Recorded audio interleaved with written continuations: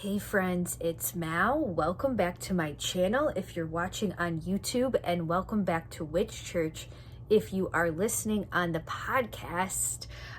Today, let's talk about February 2023 and the month ahead. I want to give a little intuitive astrological overview of what I feel February is going to bring energetically, and then we'll bounce in to everybody's favorite part, which is the rising sign forecast for the month of February 2023. And I want to give each rising sign a few nuggets of wisdom or intuition when it comes to moving through this month ahead in the most aligned way possible.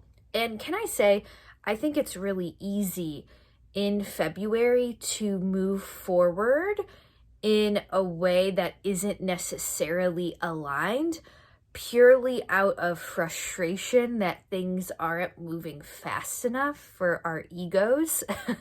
So I think there's a little bit of like, I'm finishing up a lot and I feel this newness blossoming in the background, but I just want to get to the newness, and I'm kind of over these final lessons of what February brings. Okay, so right off the bat, that is kind of my energetic read on February. There's something kind of judgment card, the world, the fool, in that order of, the judgment card, big realizations, the world being the last card in the tarot, being, where the cycle completes. And then comes the Fool, which is when, the cycle rebirths itself. But it's easy to be in the Judgment and the World card and want to just skip right to the Fool without completely processing what February has for us. And that's something that comes through right now. Like, some of us are feeling resistant to processing the end of the cycle, which is very understandable. But what if there is a profound gift that awaits from processing the end of the cycle of just staying with the uncomfortability of being in limbo, if you will.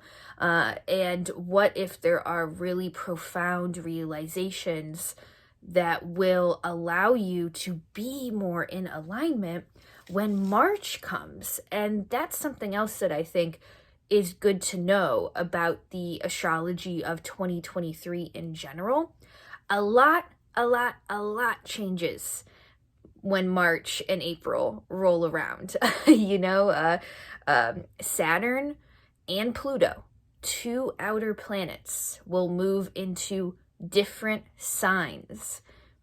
That's huge, my friends. Also, Mars, mid-March, end of March, will exit his shadow and eventually move into Cancer. Again, huge shifts coming. So it makes sense why I have kind of assigned the word limbo to February. And it's easy to have a negative connotation of the word limbo. I thought I'd read us the definition of what limbo actually means, because there's some like biblical, religious kind of, connotation with the word, but this is what Google says about the word limbo.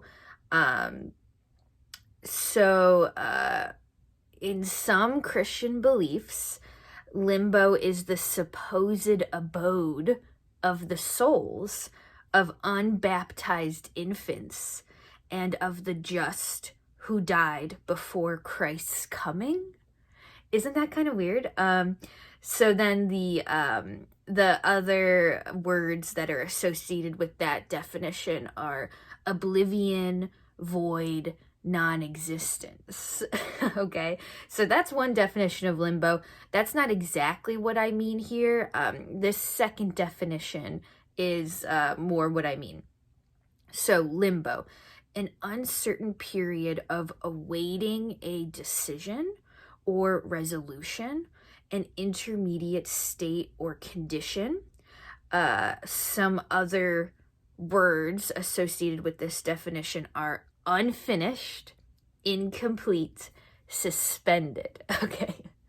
So yeah, February, when I say we're in limbo, yeah, we're in this like unfinished, incomplete state where we're trying to figure out how our souls want to complete this cycle, right? And this cycle isn't just about the past 6 months. This cycle is likely since like 2019, 2020. Like, like we're marinating with so much in February. So I think it's actually makes sense why some of us just want to skip through this limbo and head right over the cliff, the side of the cliff, as the fool does.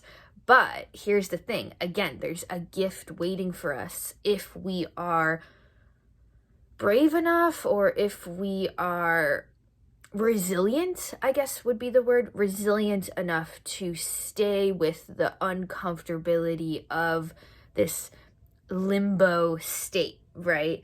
And I like this sort of unfinished sort of synonym for limbo, because another phrase that we could say about February's astrological and energetic forecast is finishing up the unfinished business, both karmically, spiritually, and literally. Like, I can think of literal unfinished business that I have to finish up with my taxes and paying off a credit card bill, and I have to still apply for student loan relief, and I've been like avoiding, like there is some literal unfinished business, but then there's some spiritual unfinished business that has to do with, processing through old emotions and etc., etc. Okay, so y'all are picking up what I'm putting down here. February, there's just some limbo that we have to sit with if we choose to do so. Again, or we could move forward and run around like a chicken with our heads cut off, and then we move forward, we push through some sort of sign that says, no, like, no, don't go. And we say, nope, I'm taking this path, God damn it. Like, I don't care that this road sign says path will not be open until March. I'm going down it. And we do that, we get stuck in the mud, blah, blah, blah, and etc., etc. So keep that in mind, my friends. I'm thinking in the rising sign forecasts, we'll highlight 4 kind of, I don't want to say they're the most important transits of February, but they're the transits that are sticking out to me. So we'll call them Mal's top hits of February. So the first transit that I'm thinking of is February 5th, which I believe this video will come out around that day, God willing. So February 5th, we have the full moon in Leo. I'm calling this full moon the integration moon, because this full moon is exactly square to Uranus. Yeah, okay, sorry, I'm like double checking in my mind's eye that I have this right.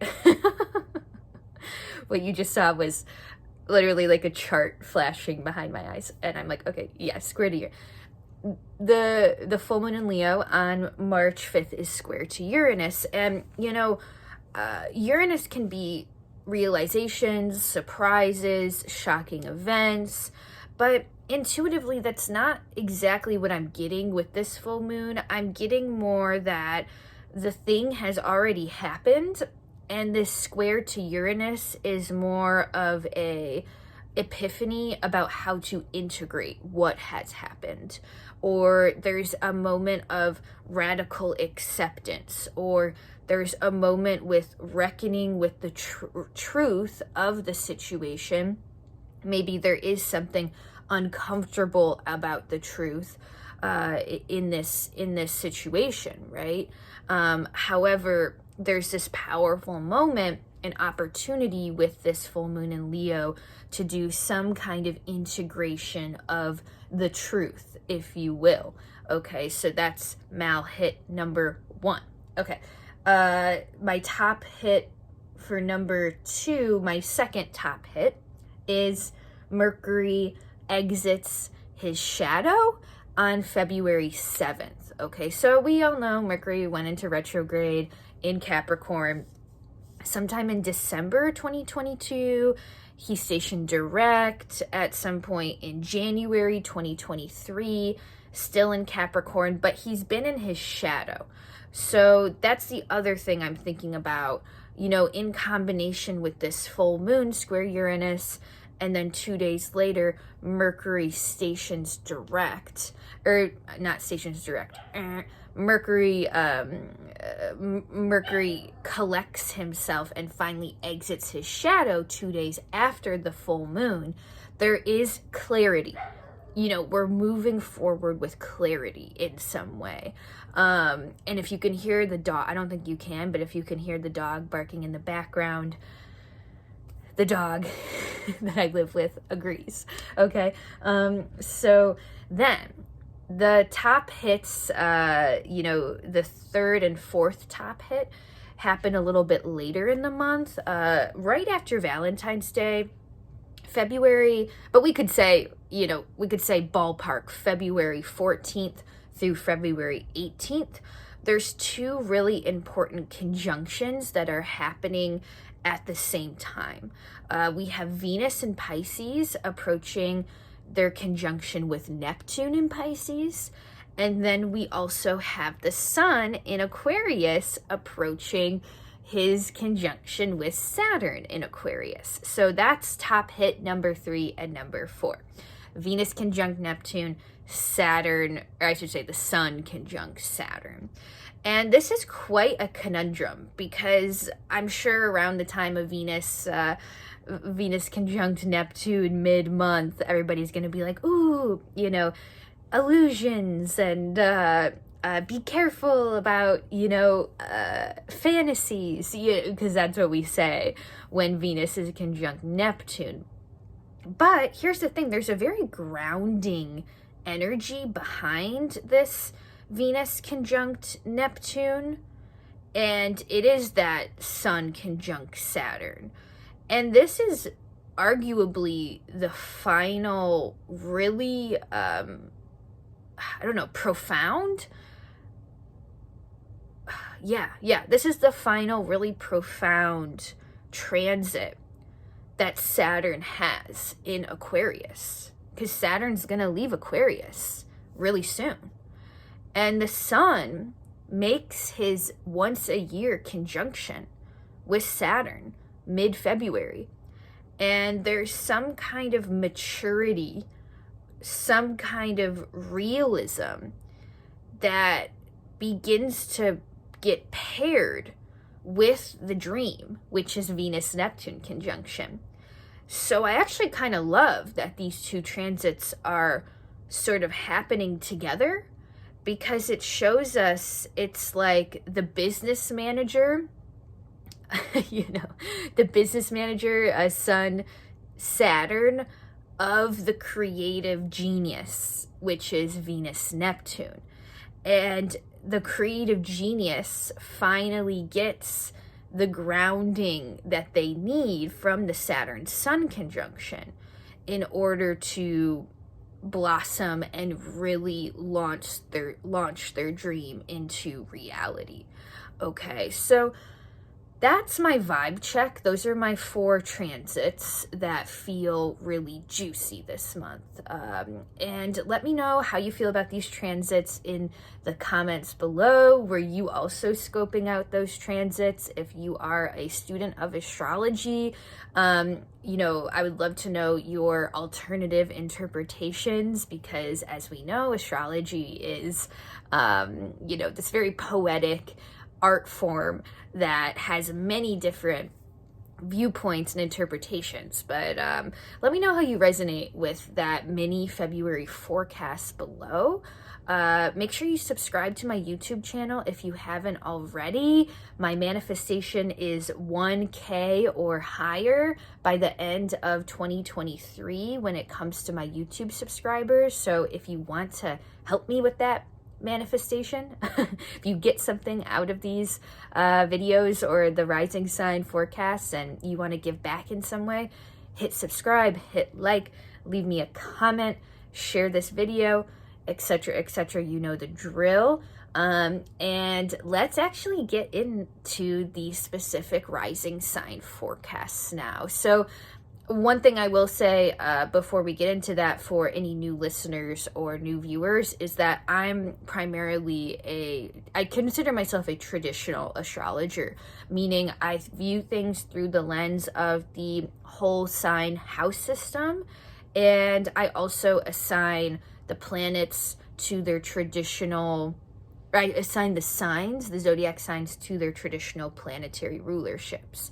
So that means I'm thinking along the lines of Saturn rules Aquarius and Capricorn.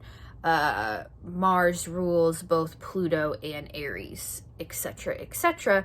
And you'll see me viewing the stuff through the lens of the whole sign system. So even if you're more of a modern astrologer, or you look at your chart typically through the Placidus lens, or you typically think of the planets through their modern rulerships, I think that's all beautiful and great. And let me offer you a slightly alternative perspective. And oftentimes, I think we can resonate with both the traditional and the modern perspective. So keep an open mind. I know some people kind of shut down the traditional viewpoint, you know, right off the bat, because I think the traditional astrologers, we have this I don't know, this like stereotype of being like kind of like buttoned up and very stuck to our rules, and very, you know, dedicated to how things have to be or whatnot. And I'm not necessarily like that, but I do think traditional astrology is really beautiful in the way it can speak to us. And I would highly recommend that you listen for your rising sign instead of your sun sign. Now you can listen for your sun sign, but I can almost guarantee that the rising sign will give you the better forecast for the month ahead. Okay.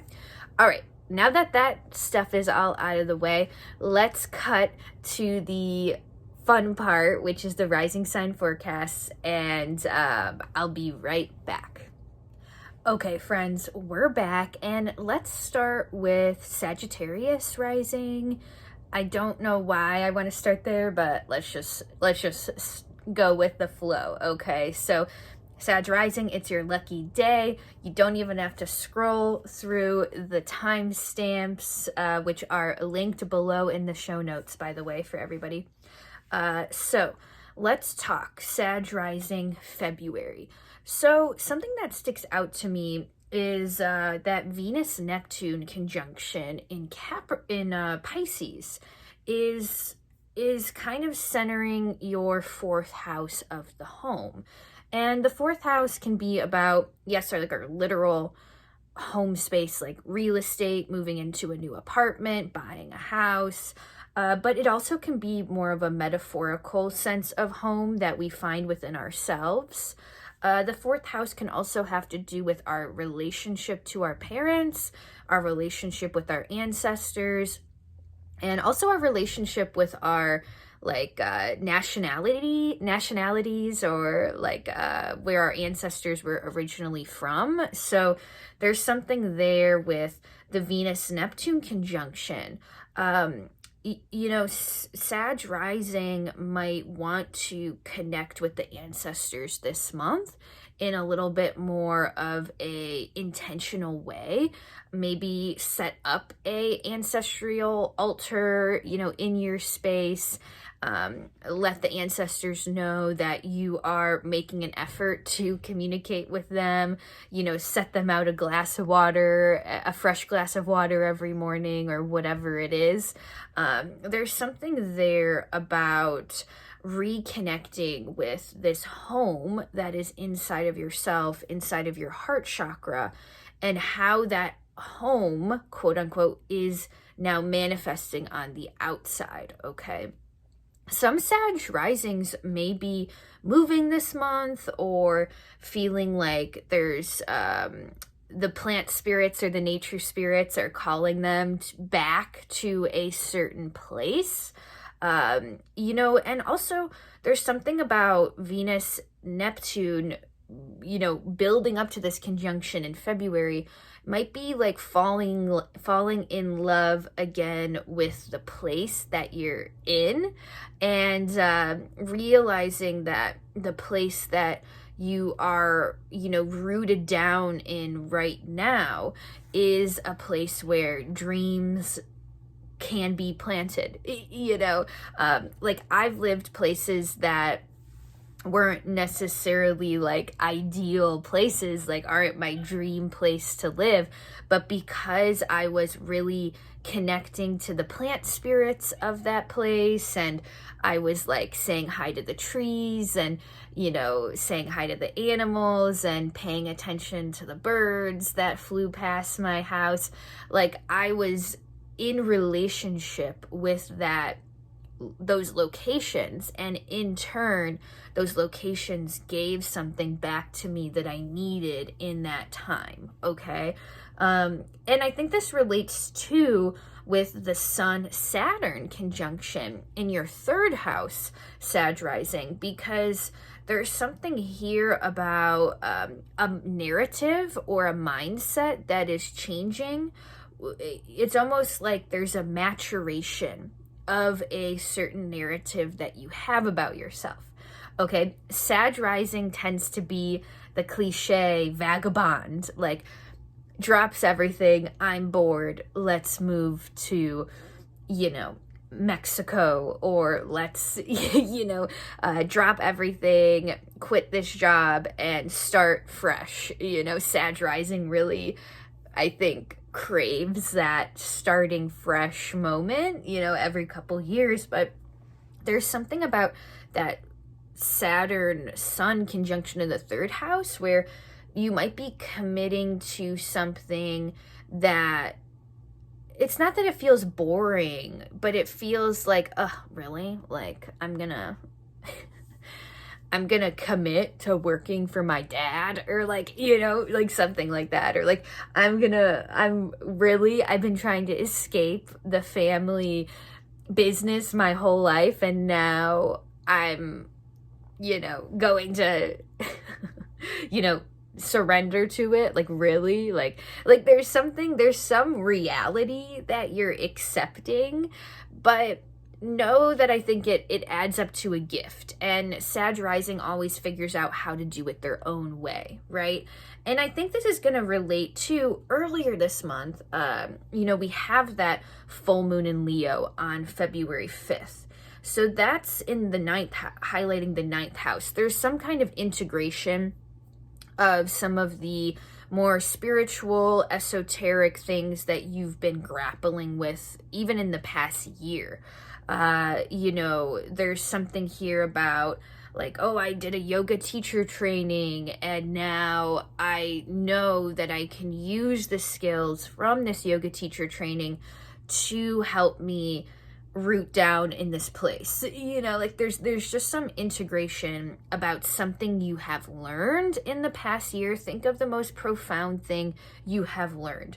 It doesn't necessarily have to be in a classroom or a student context, but there's just something that's like, okay, I finally have the toolkit, the skills to integrate this. And I think then that bounces over to the second house, which is where Mercury is finally clearing his shadow. In January and December, if personal finances and livelihood were feeling kind of stressful, Mercury clearing his shadow in the second house of your personal finances feels to me like a good omen when it comes to moving forward with a plan. And again, that might be sort of the Achilles heel of February for Sag risings. Sag risings don't fucking want the plan. You know, they want to do what they want to do, and they want to, be inspired and follow the path of excitement. And you can do that, Sag rising, but just like have a budget, this month, or like have that nugget of realism that's kind of grounding you in the dream. And that might ultimately be what Sag rising is learning in this lifetime, even like how to ground the dream into reality. So the sort of Sag rising February, I'm excited for y'all I'm excited to see especially what that Venus-Neptune conjunction is like in that fourth house of the home. And I think we're going to have a lot of Sag risings having really profound connection moments with not only their ancestors, but the actual land that they are living on at this moment. Okay, so that's Sag rising. Let's go to Capricorn rising. Okay, so that Venus-Neptune conjunction is happening in the third house. So there's something for Capricorn risings when it comes to this very romantic, dreamy Venus and Pisces conjunct Neptune in the third house. I think there might be a little bit of a cosmic encouragement to get a little bit more creative, think outside the box a little bit more. It's kind of the opposite of Sag rising in a way, like, because Sag rising, there's a call to have a little bit more realism and have a little bit more of a plan. Whereas for the Capricorn risings this month, it's kind of like you need to trust that your plan is in place.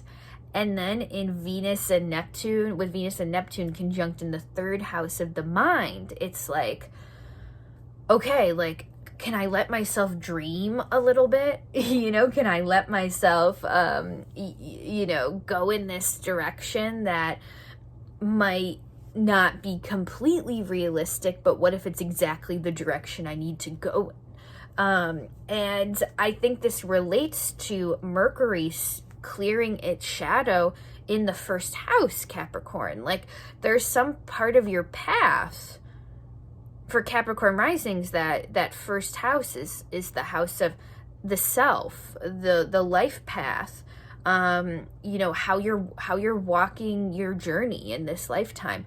So there's some kind of clarity, like, aha, like, this is the direction I need to go into, or I've been too limited, or I've been kind of restricting myself in unnecessary ways. Okay.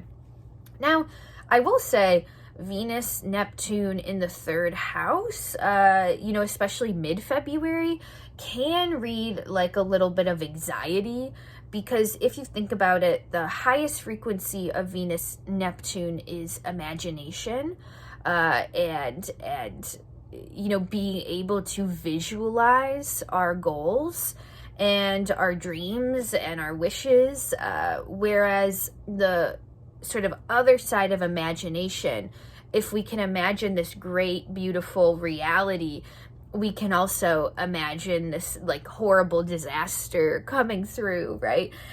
So I would say really watch those anxiety stories if they do come up come February, mid-February, Capricorn risings. Like, I don't think that those anxiety stories are necessarily rooted in the truth. And I think those anxiety stories may have to do with something monetary, because that Sun-Saturn conjunction is happening in the second house of money.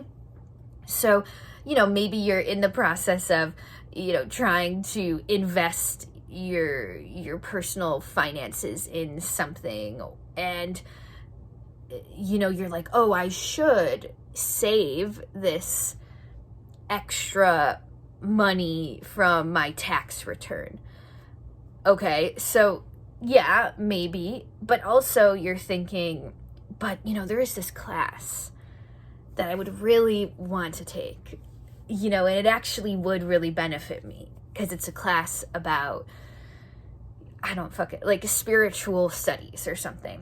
And you're like, oh, gosh, like the dreamer in me wants to buy the class, but then the realistic Capricorn rising in me is like, you should just save the money and stop spending on frivolous things, when in reality, do you really spend on frivolous things anyways, Capricorn rising?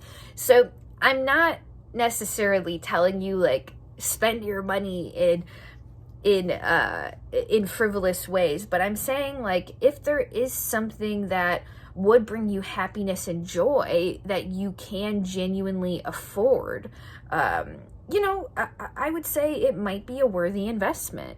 And sometimes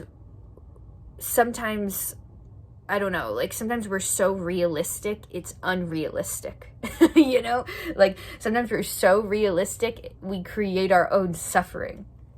And I think that kind of relates to the full moon earlier in the month, highlighting your 8th house of taxes, loans, insurance, shared resources.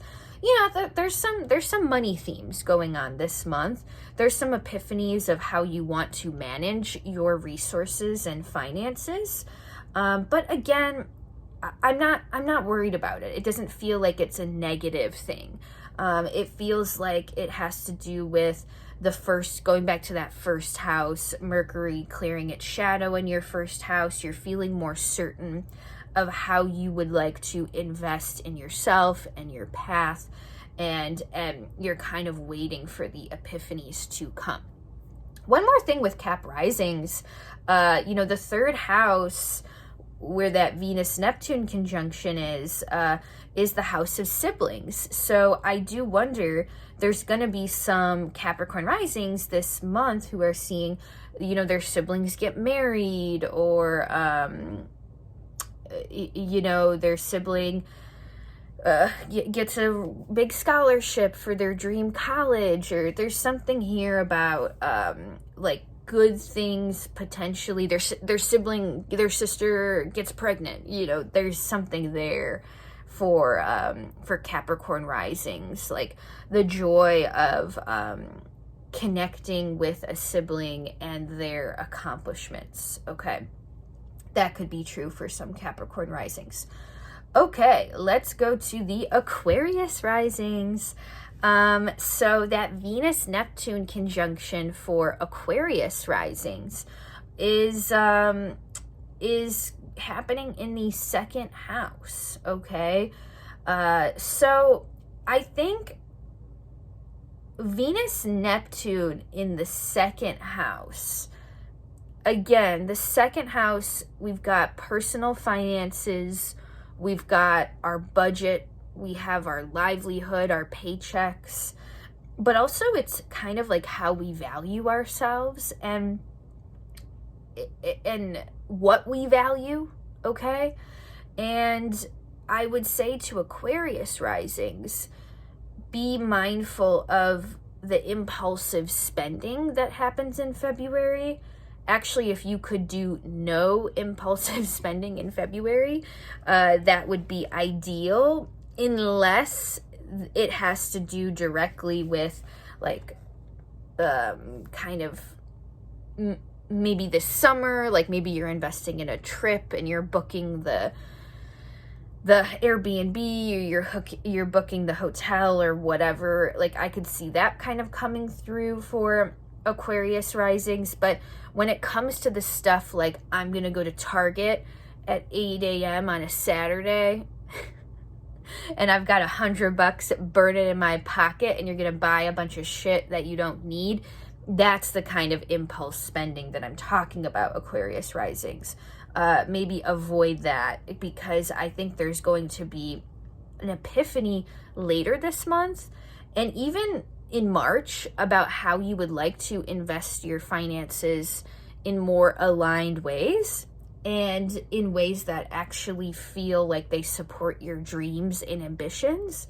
And I want you to actually have those resources and not burn through them all with this Venus-Neptune conjunction, going a little unhinged in the second house of money. Now, the Saturn-Sun conjunction in the first house for Aquarius risings, maybe, mid-February, it wouldn't be a bad idea to take a little bit of time off. Why do I say that? Well, the first house has to do with our body, our physical body, our bones, our muscles, the meat suit of our soul. And that Saturn-Sun conjunction in Aquarius in the first house, that can be a little bit of like feeling some burnout, feeling like you need some extra rest, feeling like, your bones kind of hurt, or like, it's, how when it gets cold out and like, your bones kind of feel weird, or that feels to me like something that some Aquarius risings could be going through. And it's not to cause anxiety or scare anybody. Like, it's just, I just feel like plan a little bit to be a little tired, and don't fight that, because you might just take an extra nap, have a dream, which is Venus-Neptune, and feel like that dream really gives you something to move forward with, right? Now, I think part of the kind of exhaustion part of it, though, for Aquarius risings is Mercury. Let's go to Mercury clearing its shadow in the 12th house. There's something here when it comes to maybe realizing this is how I have been acting against my best interests. This is how I've been self-sabotaging, which is a very 12th house thing. 12th house is the house of enemies. But again, guess who's our biggest enemy? 95% of the time, it's us, right? So there's something here about how have I been kind of sabotaging my own self and ignoring this like blaring signal from the universe, that like I'm not supposed to be doing this, or like it's like this blaring signal of like, oh, I really need to take care of myself. And, I don't know, like, this is like an extreme example, but like you pass out or something because you forgot to eat and you got so hungry. And it's like, okay, this is a blaring sign that I have been sabotaging my own self by not putting my self-care first and foremost, right? And, again, earlier in the month too, Aquarius risings, y'all have that full moon in Leo highlighting the 7th house of relationships. So there might be some realizations for Aquarius risings about how when we don't prioritize ourselves as, the human animal meat suits, that we have, if we don't care for ourselves, how are we supposed to care for another person? And also, how are we expecting someone to care for us if we don't even care for ourselves, right? So there's something there about like a wake-up call when it comes to, I've been lonely the past couple years.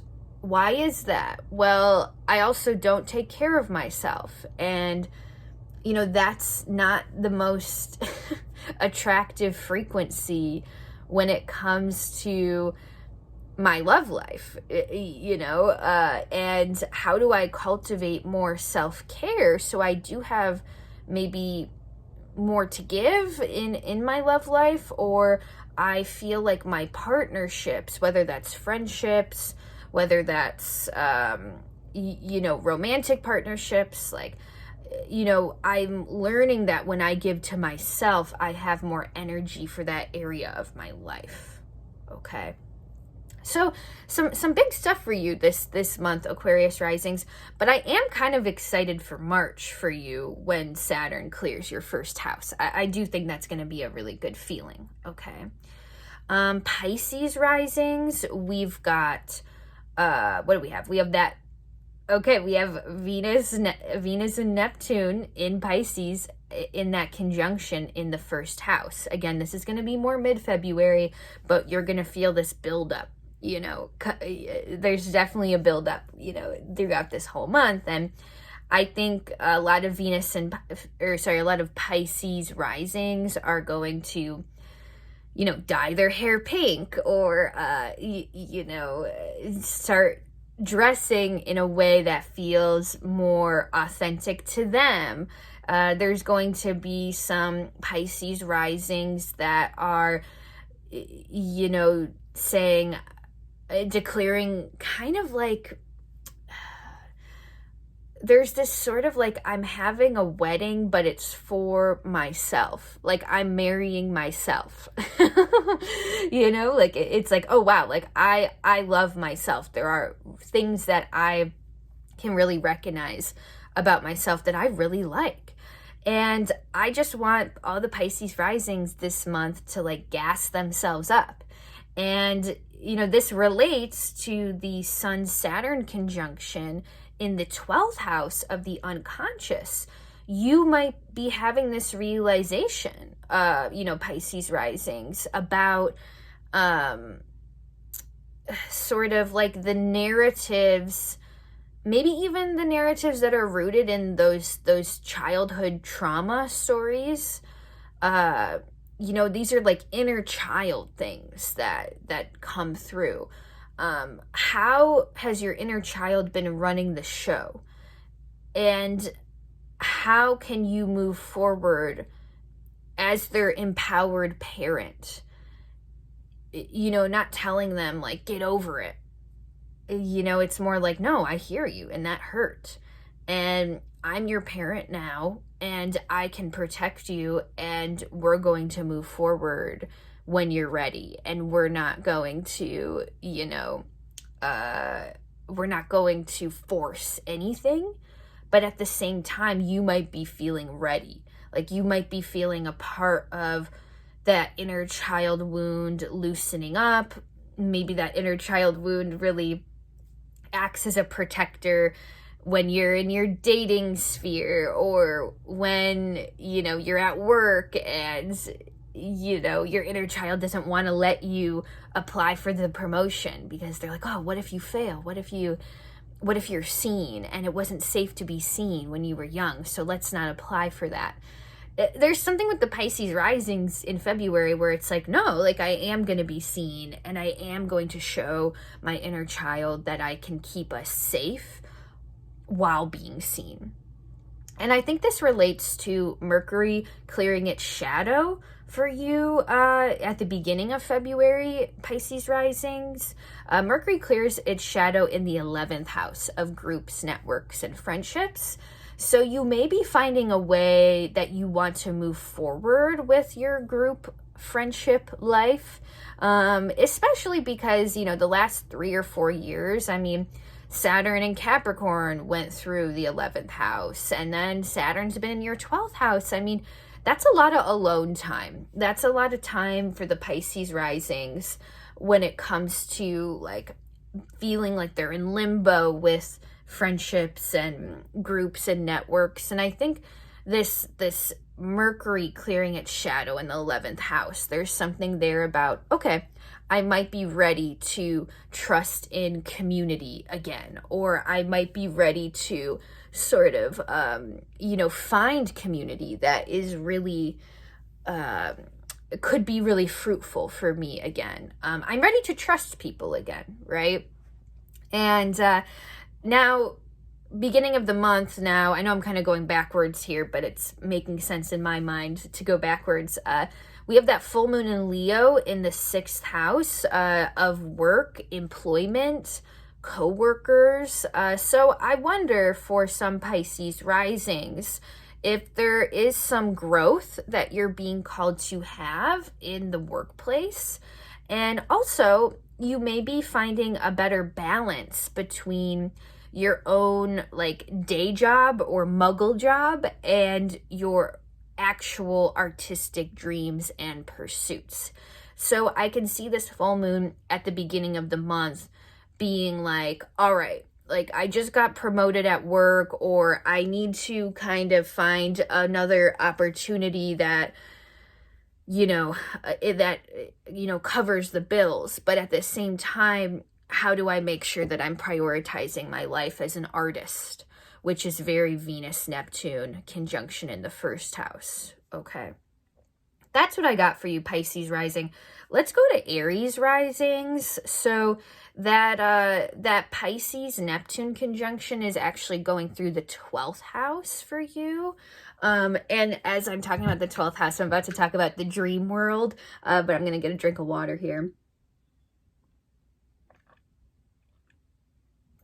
Actually, it's funny, Aries risings stay really hydrated this month, and really pay attention to your dreams.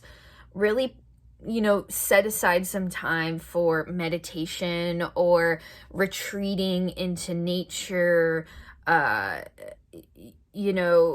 something that helps you connect with the other side, or the unconscious world, or both.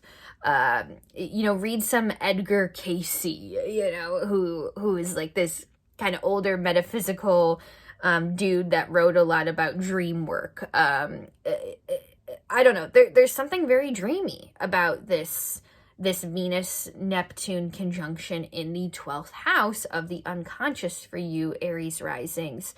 If you've been wanting to break back into a daily writing routine, or dancing even, or taking a painting class, I mean, this is a great month to kind of start dipping your toe into that sort of journey. Okay. And I think this goes with the Saturn Sun conjunction in the 11th house for you this month, Aries rising. There's something here about maybe feeling maybe it's not that you feel disenchanted with your friendships, but maybe there's some kind of like, I need to spend some alone time, with my imagination this month, or I need to pull back from all of these social endeavors that I've been saying yes to, and I need to really prioritize my time in nature, my time with my dog, my time with myself, my time with my dreams. There's just something there about maybe pulling back a little bit from saying yes to the socialization aspect of your life. I think that'll definitely come back this summer, this spring, this summer, but specifically this month, there's just a little bit of like a hermitage for the Aries risings, which is good. I think sometimes that can be good. It doesn't mean that we don't love our friends or love our community. Sometimes we just need a moment in our cave, right? And I think too, Aries risings, maybe there's something at work that has felt a little bit overwhelming, with the Mercury retrograde in Capricorn going through your 10th house of career for, so long, not long, but like end the holidays, beginning of January, maybe things get really busy in your workplace around that time.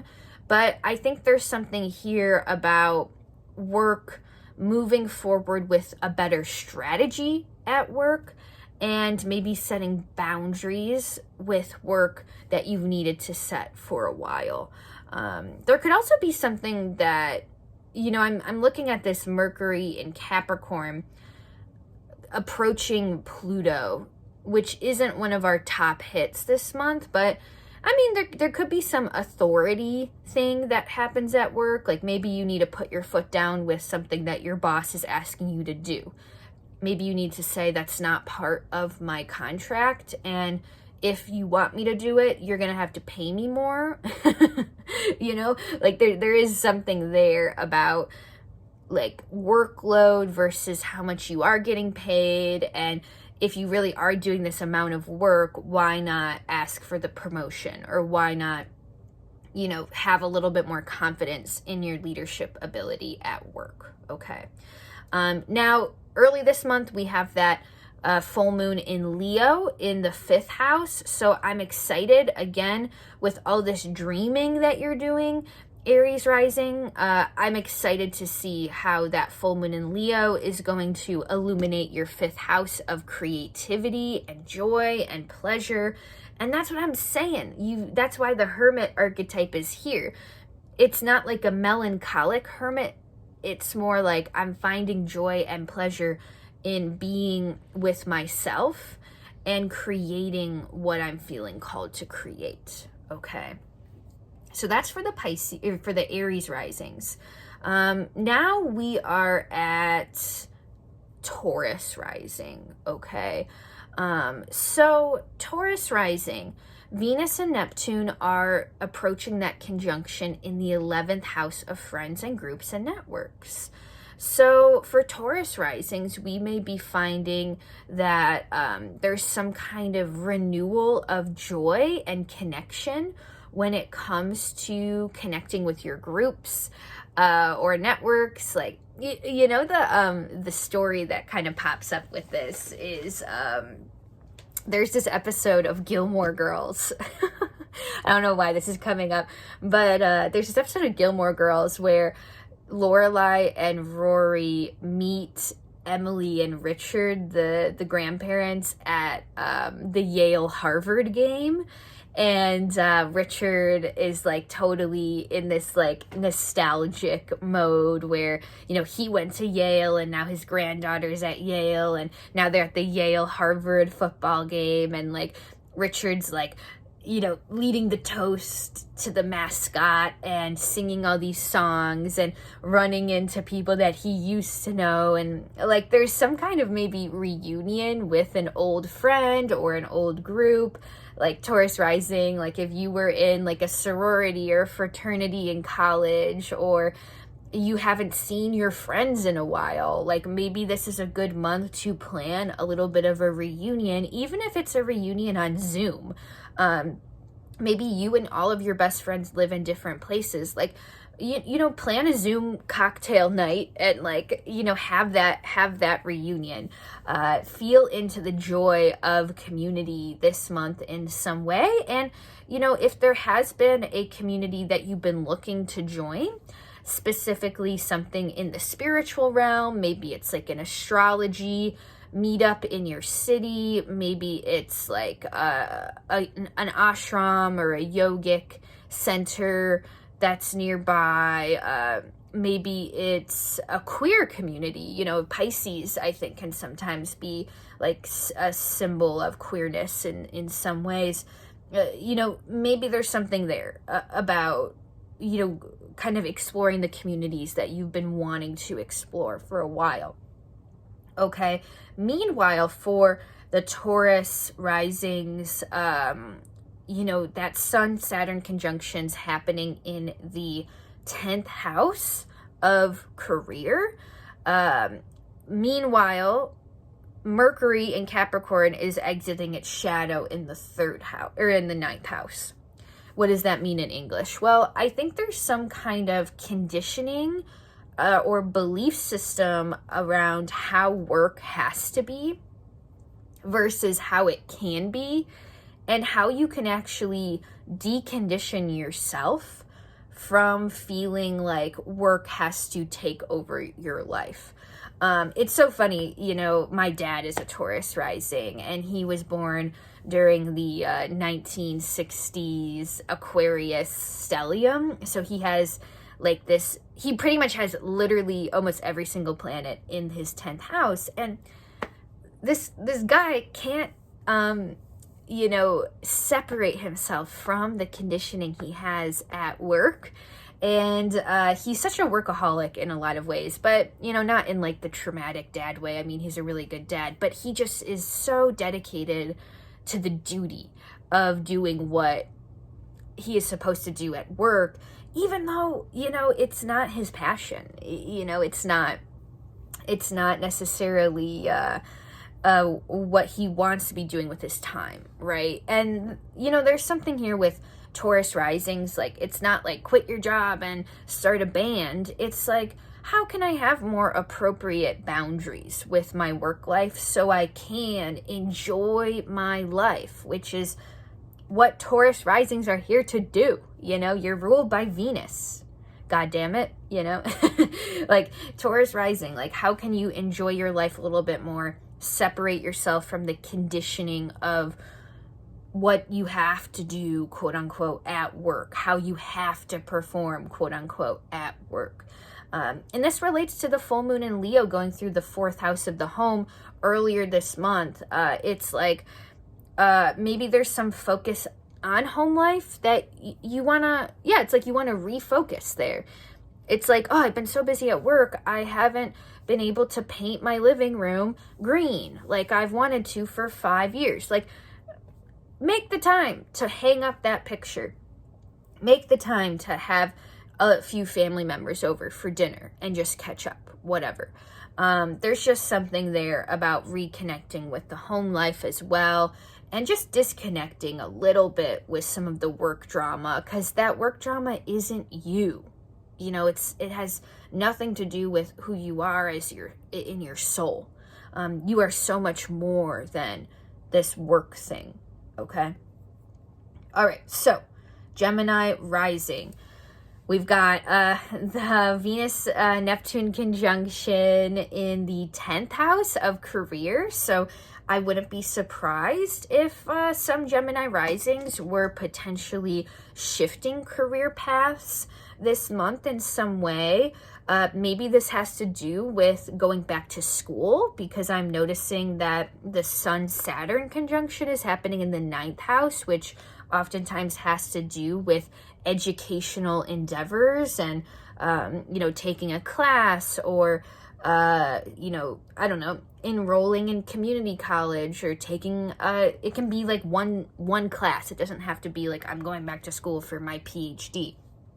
It could be like, oh, I'm going to enroll in the community college and take this computer education class 2 nights a week and see what happens. Like, there's something that the Gemini risings are kind of dreaming about in their 10th house of career. There's also, I think, a really big opportunity for the Gemini risings this month to show up publicly in a way that displays your talents. So if there are any Gemini risings who are singers, go to singer-songwriter night at your local bar and sing the song that you wrote. If there's if you're an artist and there's a community art show, put the painting that you painted in the art show. Like, show up a little bit more publicly. And it doesn't have to be for a reason. It can just be because you're saying, like, okay, yeah, I'm talented, and I've been producing this art, or I've been writing this thing. How can I show it to the world? It's not in like this productive, like, I want to make money, I want to make it big kind of way. It's just more like art is meant to be shown. Music is meant to be sung. Poetry is meant to be read out loud. Plays are meant to be acted out. I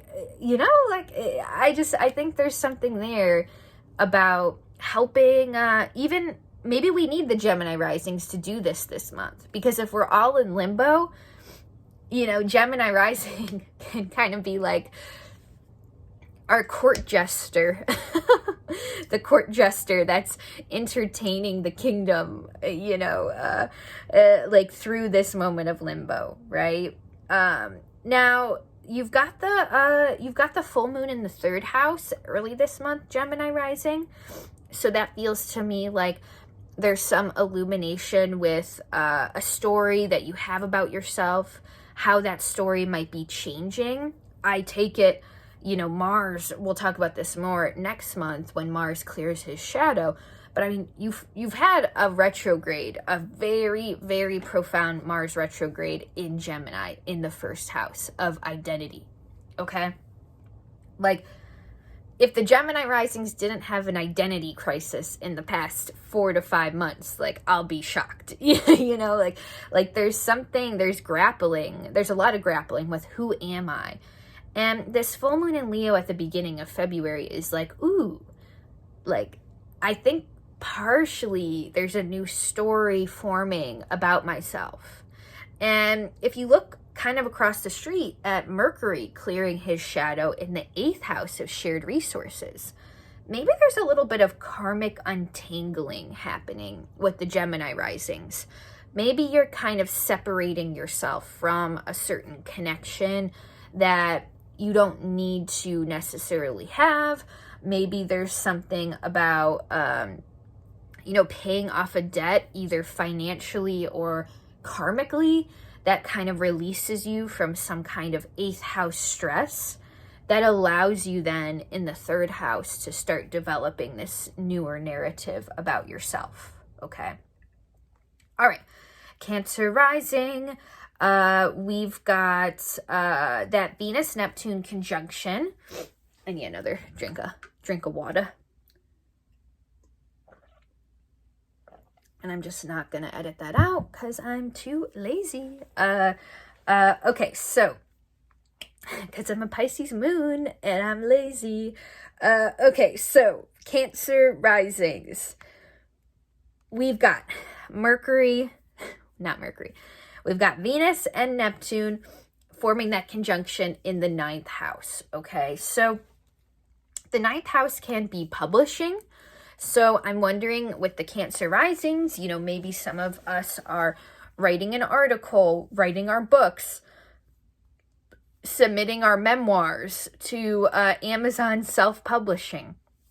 That could be a few Cancer risings. Like, there's something literal going on with something that you've written or created and how you want to share it with the world. On the other hand, in a more metaphysical way, I'm thinking that this 9th house situation kind of has to do with a renewal of faith in God, a renewal of your relationship with the universe. Maybe you're feeling very connected with the universe around mid-February. I think for the Cancer risings, we might really need this before Saturn goes into our 9th house, because I think Saturn in the 9th house is really going to test our faith in ourselves and also in the universe in a lot of ways. And I think we really need this moment of being like, yes, the universe is with me. We need this moment to think back on in the years ahead, where we're like, okay, yes, like that ritual really showed me that God in the universe was with me, that spirit was with me, that my guides were with me. That astrology was with me, right? Like 9th house is the house of astrology. So I think really connecting with that sense of hope and faith for the future as much as you can, Cancer rising, is going to be really good juju for a lot of the great things that I think are coming in the career and the community realm. Now, Saturn and the Sun are conjuncting in the 8th house of shared resources. And I'm thinking here, again, there's a debt being paid off. It's a literal debt, like you're paying off a credit card. It's an emotional debt, like you're telling someone that they hurt you and maybe you're not asking for their apology, but you're sort of letting something out. If you can't talk to them in person, write them a letter and never send it. Write them a letter and read it to someone that you trust. You actually don't need the other person present in order to facilitate some sort of forgiveness. Also, you don't have to feel like forgiveness is 100% there in order to move on with your life.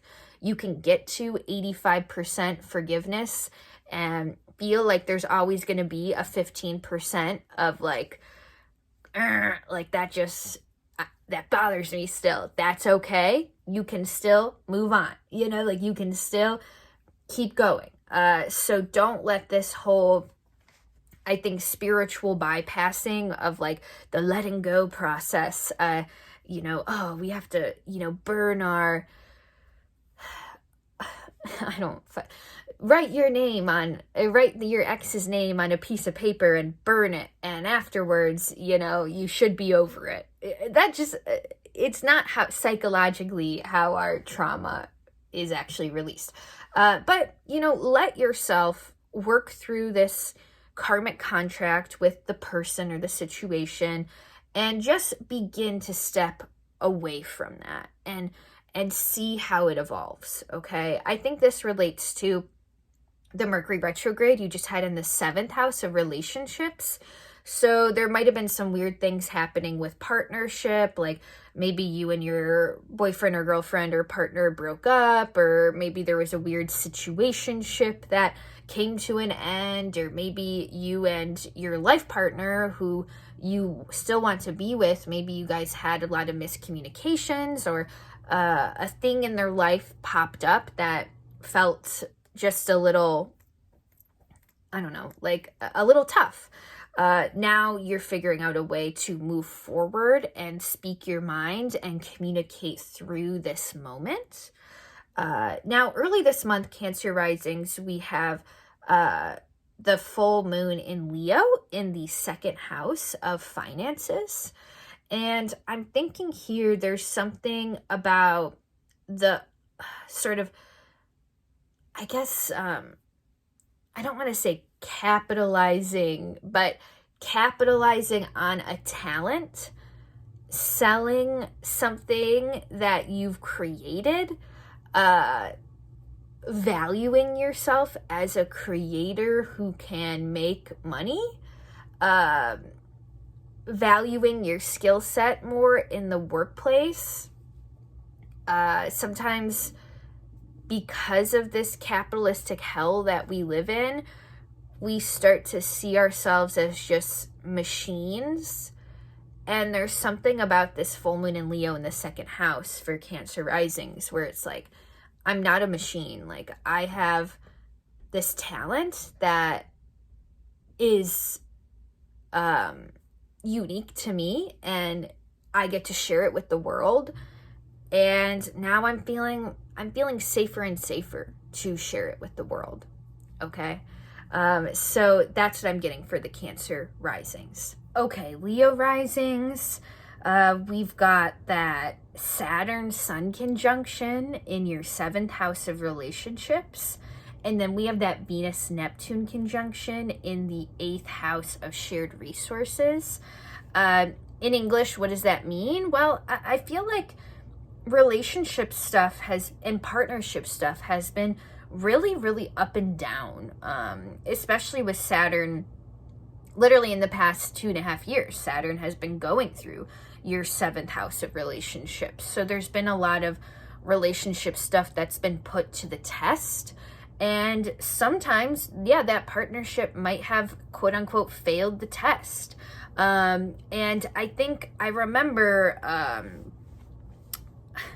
this is dumb, but you know what this makes me think of? It makes me think of this time in college. It was like I was in my like very first relationship, and me and this person were having an argument or fighting about something like super, super trivial. And also I was operating under the assumption at that moment that like, oh my God, I love this person. I want to be with them. I want to like get married to them. And like,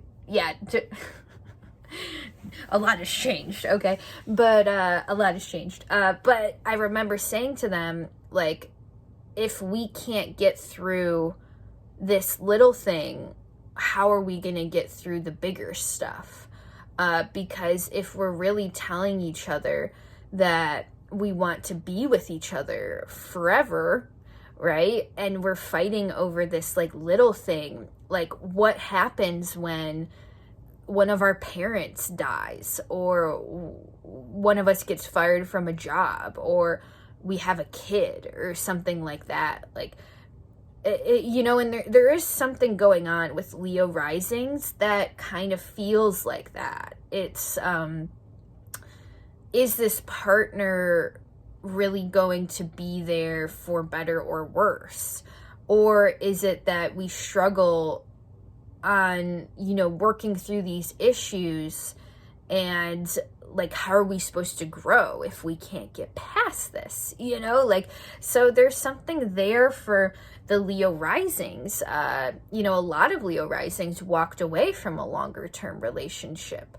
And now with that Venus Neptune conjunction going through the 8th house of shared resources, I'm thinking now Leo risings get this opportunity to dream of future collaborations, and they get to decide more about the boundaries that they are going to have with their collaborations. Even if Leo risings are still with their partner, and maybe this time with Saturn has shown them that their partners are like with them through thick or thin, and they're like their ride or dies, that's the other option. There's still some sort of boundary, I think, in the shared resources sector that you're learning to have with yourself and others, Leo risings. And I would be very careful this month about the contracts that you're signing, making sure that, there's very clear terms and conditions. There's something with like that Venus-Neptune conjunction in the 8th house. If you're signing like a contract, well, I guess if you're making an agreement with someone, and you're like, all right, yeah, like I'm gonna paint you this painting, and yeah, totally, like, and here's how much the materials are gonna cost, plus it's gonna take me 10 hours to paint this painting, like this is roughly the amount it's gonna cost at the end of the day. And the person says, oh yeah, great, like sounds good, yeah, just go ahead. And you're like, all right, well, I'm gonna go and buy the stuff, and you start doing it, and you invest all this money and this time into doing the painting, and then you're like, hey, I'm finished, here's what it looks like, it's gonna be X amount, and the person like doesn't email you back, or like you're like, fuck, like I just invested in something that didn't actually have a contract, or I over idealized or overly trusted this connection, and we didn't completely have the terms and conditions in writing. Okay, so that's my advice to the Leo risings, in the month of February. Like anything, any artistic thing that you're commissioning to another person, or any sort of shared resources, even if like, let's say you're letting your friend borrow $1,000, like, or something like that, like have that in writing. If they're saying, I want to pay you back, have that in writing. Or don't give people money that you're wanting to get back. Like isn't there a saying like that? Like, don't give your friends or family money if you're expecting it back. Like, give it as though you're never going to see that money again. And then if they pay you back, then okay, great. But if they don't pay you back, you don't have that resentment or that expectation of like, oh, you never gave me this back, and now I'm mad at you, and we are in a ending our relationship. Like there's something like that going on, I think, in the 8th house, Leo rising. Now, granted, that full moon is happening in the 1st house for you, and I'm excited for that, because amidst throughout all of this relationship karma that you've been sifting through the past couple years, like, you might have kind of felt like you lost yourself a little bit. And I think at the beginning of February, there's a reclamation of who you are. There's this sort of, I am, my name is, like, my path has meaning, I'm moving forward. It is a really beautiful thing, I think, to have a full moon 1st house. Now, just be careful of your energy levels, okay? Just because you're having this full moon first house moment doesn't mean you're going to be jumping on a trampoline and launching yourself into space. Like, I don't view this energy, the actual physical energy, coming through until maybe later, once Mercury kind of even gets out of your sixth house of health, because there's something here going on about needing extra rest, needing to tend to ourselves more than usual, both physically and emotionally. And there's nothing like a good first house full moon when you're like eating soup and you're just like cozy and in bed and letting yourself rest, if that is how you're feeling, okay? Believe me, this year you're gonna be seen, believe me. Like, there's tons of moments when you're going to be able to reclaim your identity. Right now, that's just for you, I think. Like, that's for you to know and others to find out, So that's what I'm getting, Leo rising. Okay, Virgo rising, we've got that Venus-Neptune conjunction in the 7th house of relationships. So I think it's actually a great time for the Virgo risings who are wanting to get back out on the dating scene. Go ahead and do it. I mean, don't have really high expectations. What's that song by Carrie Underwood? Last Name, it started out, hey cutie, where are you from? And it turned into, oh no, what have I done? And I don't even know your last name. Listen to that song by Carrie Underwood, because it's like, it's like something about getting married to someone in Vegas and you don't even know their last name and you just got married to them. It's that kind of vibe. So have fun. Use this Venus-Neptune conjunction to get back out there and just go on a few first dates, or go, just like I'm like thinking of like Bridgerton, when they're sort of first season of Bridgerton, when the oldest daughter is at all of these dances and she's dancing with like a bunch of different suitors and trying to figure out who it is that she actually wants to pursue with marriage. Like, think of it that way for the single Virgo risings out there.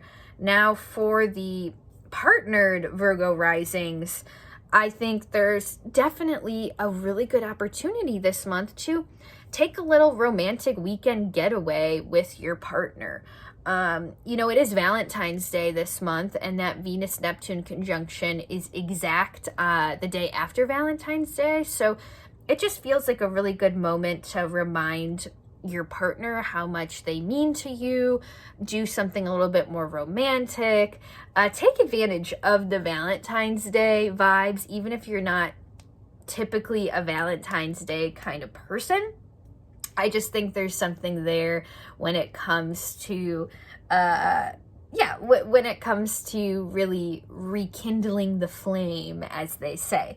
Now, Virgo risings, there might be a little bit of stress going on at work, though, with that Saturn-Sun conjunction in the 6th house of work life, daily schedule.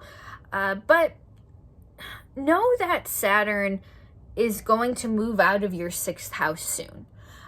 So be wise as to how much emotional and physical energy you're investing in the work-life drama or the work-life stuff that feels like it is occupying your mind and your energy at this moment.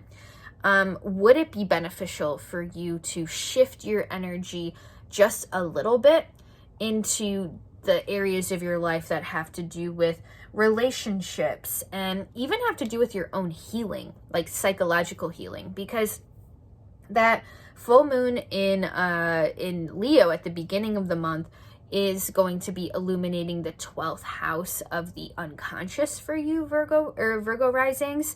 So there might be some Virgo risings that are saying like, I'm ready to go to therapy. Like, I'm ready to unpack this trauma, or I'm ready to grieve in a more significant way. I need to find this partner that can kind of, not a romantic partner, but a healing partner that can kind of help me go forward with empowerment, okay?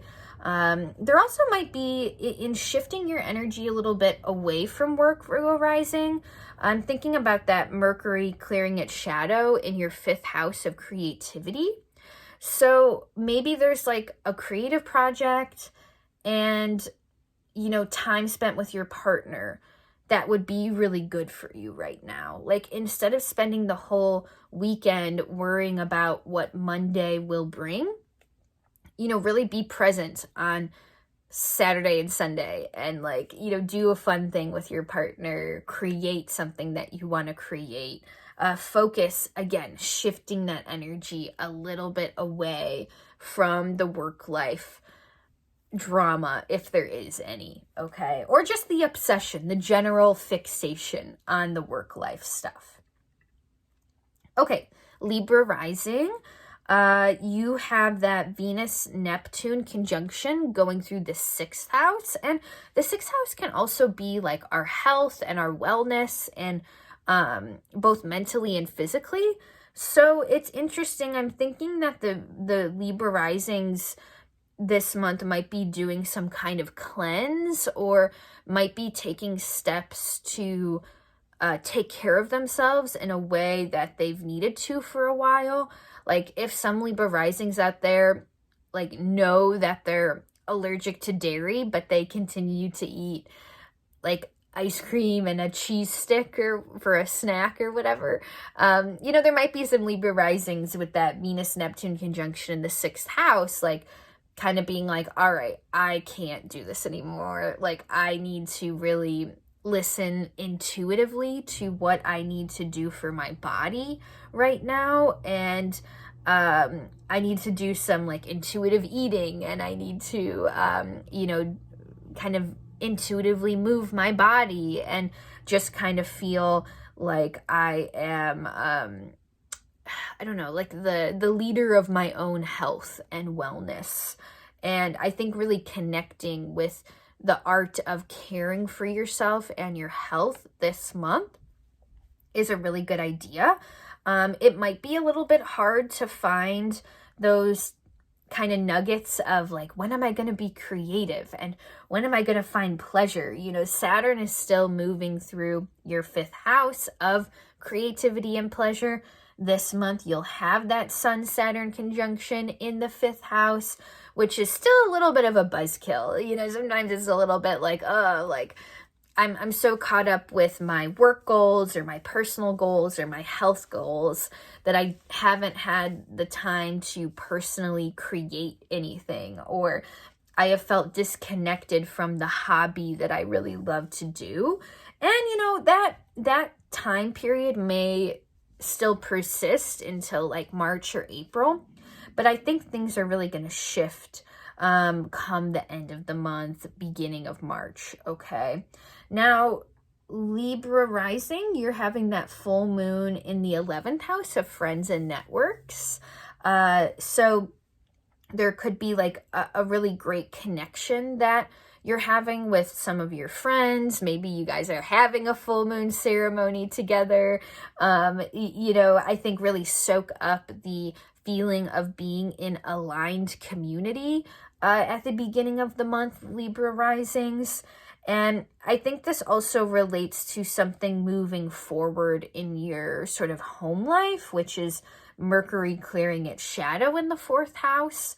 Maybe there's been a change in your home life, or maybe there's been something that you've been sorting out with a parent, or a conversation that you've been having with your relationship to your parents, and letting your friends really support you through that, and seeing how this time period can maybe even have you feeling a little bit more individualized, kind of away from some of the family drama and feeling like you're checking back in with yourself and your path as an individual. Okay. Scorpio rising. Oh my God, we finally made it to the end. I can't believe it. Scorpio rising. Let's see here. Venus and Neptune's going through your 5th house. Okay. So 5th house, sex, pleasure, romance.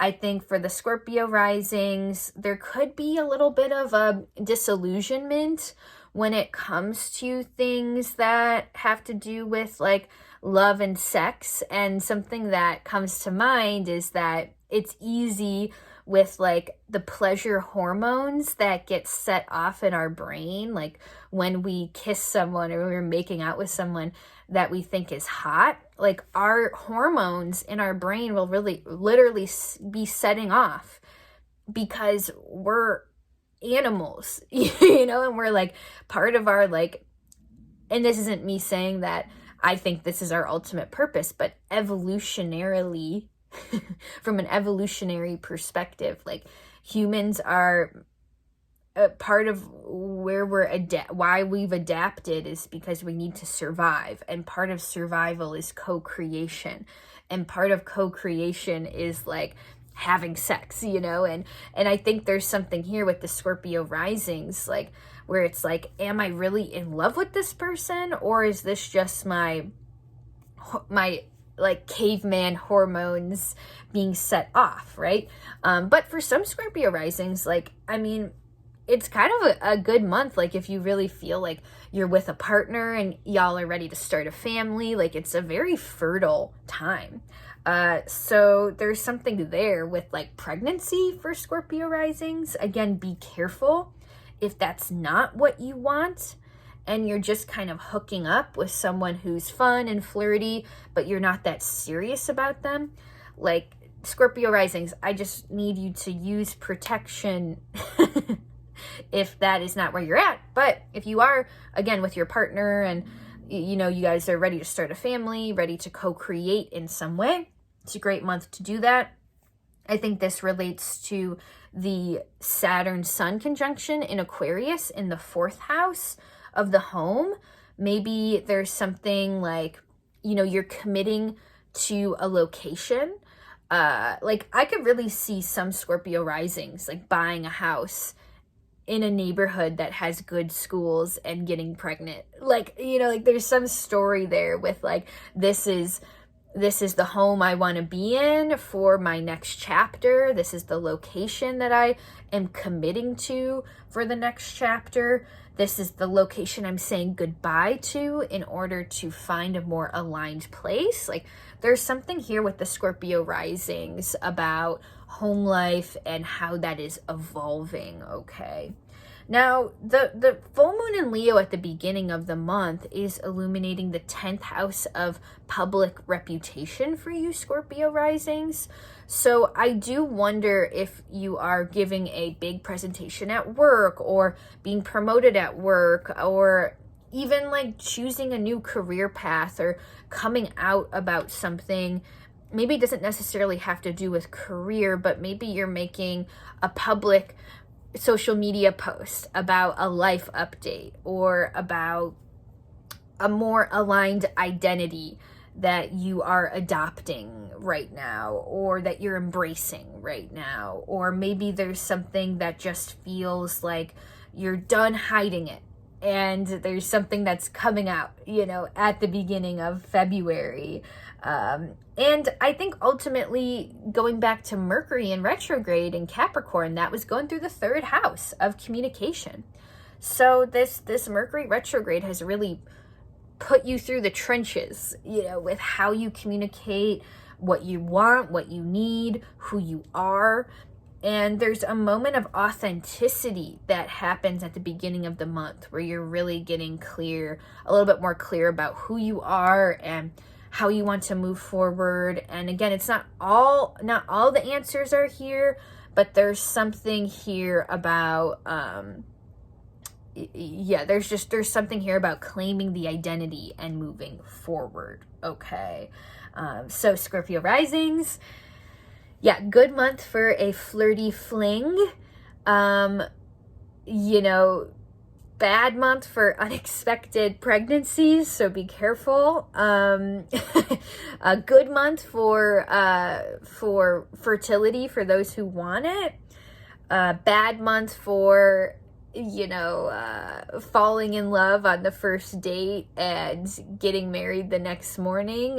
Like there's just be mindful of that, okay? But I'm excited to hear about it, Scorpio rising. And okay, my friends, that is the end. That concludes our rising sign forecasts for February. Again, if you found any of this helpful, please comment below. I would love to hear your stories and how you're resonating with these forecasts. Give me a like, give me a comment, subscribe to my channel if you haven't already. It really helps me out. You all are part of the manifestation itself. Send this video to a friend if you want to share it. And feel free to book a session, a more personalized session on my site, which is in the show notes for February or March, if you're looking for some personal, individualized astrological advice. Okay. I'll see you guys next time. Thanks for watching.